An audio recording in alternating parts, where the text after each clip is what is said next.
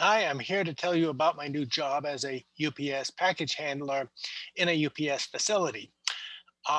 Heard different stories. I've seen different stuff on other people's YouTube videos. And so I want to talk about where I work.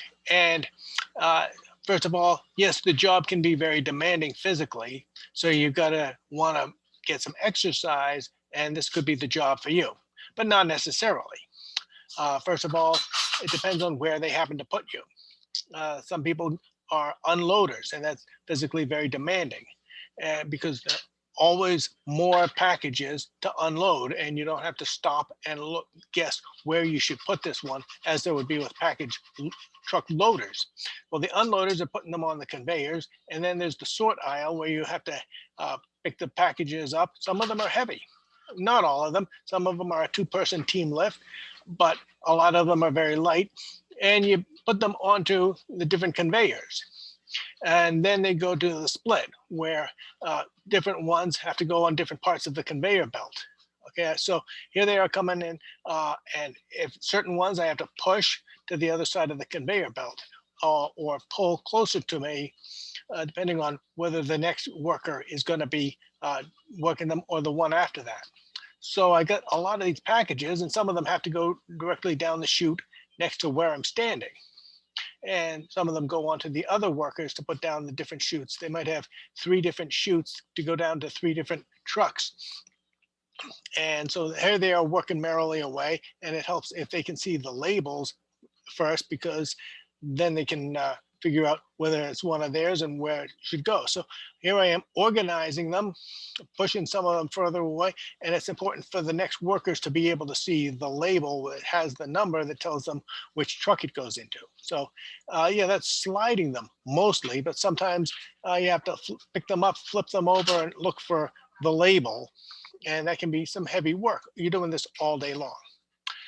And sometimes I have a teammate across the conveyor belt from me, and that can make it a lot better because it's teamwork. And you're looking for the label, maybe it's on the other side of the package from where you're standing, and that your teammate can point it out to you, or I can point it out for my teammate, and then they can go with that. They know what it is, and they can go ahead and organize it so the next worker can see it, or simply we put it down the chute. Sometimes if it's a big heavy one that belongs down that chute, I'll guide and my teammate will push, or the other way around, we'll get them down the chutes.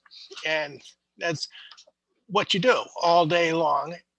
By the end of my first shift, I know I was physically worn out, but I feel a little bit stronger now, and it's not as demanding as unloading the trucks. Then there are the truck loaders, and it's not as demanding because some of that is mental. It's like figuring out where you're going to put this package and where you're going to stack them so that you can get the maximum number on the truck. That's a game of Tetris, and that takes up some of their time. So the unloader, of course, has none of that issue, so they have to heft more packages in an hour. Now the loaders, they get that done. They scan every package. And then there's small sort, which is small packages. Now, uh, the supervisors where I work, unlike some things I've heard in some of the other videos, yeah, they're uh, actually very respectful. And that's important. They might as well be respectful, by the way, because you're not going to get the job done any slower by being respectful. One day, I didn't realize that they had changed the start time from 10:30 a.m. to 10 a.m. for my shift. And so I was late for work. It was around 10:22 when one of the supervisors explained it to me.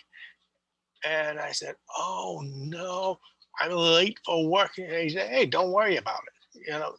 Because I'm late. There's nothing we can do about it now. Might as well just go to my workstation." This is what I like about where I work is clock in and go to my workstation.